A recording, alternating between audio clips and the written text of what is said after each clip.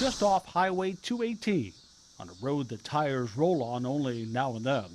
You'll find a town of about 90 people, never more than 100. When they do come to Swedesburg, Iowa, named for the Swedes that settled here, they come in large groups. We're getting at least 4,500 now or more. And they come for this, a unique collection of Swedish culture.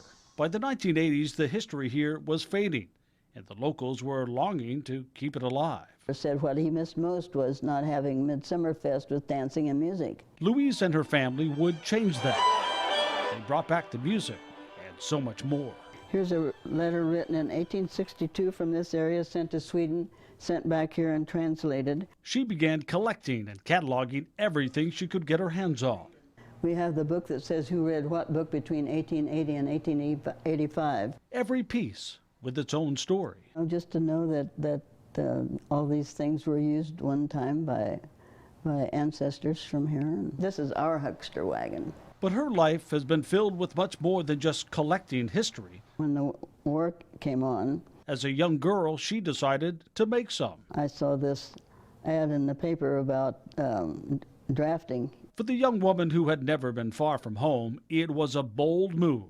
I guess I've been like that all the time. If there's something to do, and I think I would like it, I go ahead and do it. After 4 weeks in drafting school in Des Moines drawing airplanes, I was Rosie the Riveter. The call came to build them.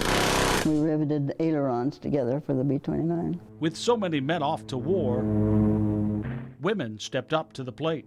We were 5 girls in a home that turned their front porch into bedrooms. Fighting for America, one B-29 at a time.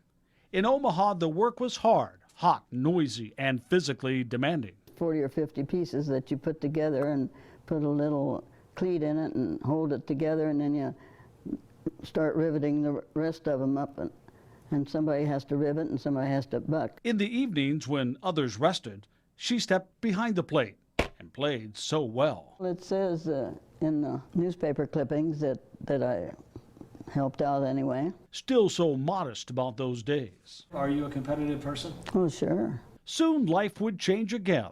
Her high school sweetheart came home on leave.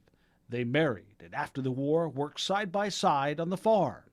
He had a shoulder injury, so of course she helped with the heavy lifting, along with the other chores and raising 3 children. Her Rosie the Riveter days were behind her, or so she thought, until about 6 years ago, when she heard of a convention for women just like her that left home to make history.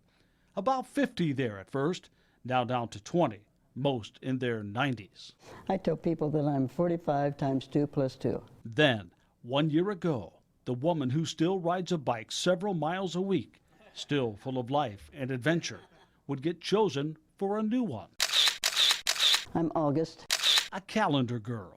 Since my birthday is August 11th, why they put me in as August. Who better to represent this time of change? Well, if I wanted to do it, I guess I went and did it. A living cultural icon. Rosie the Riveter. Who used her strength to make and preserve history. On the assembly line.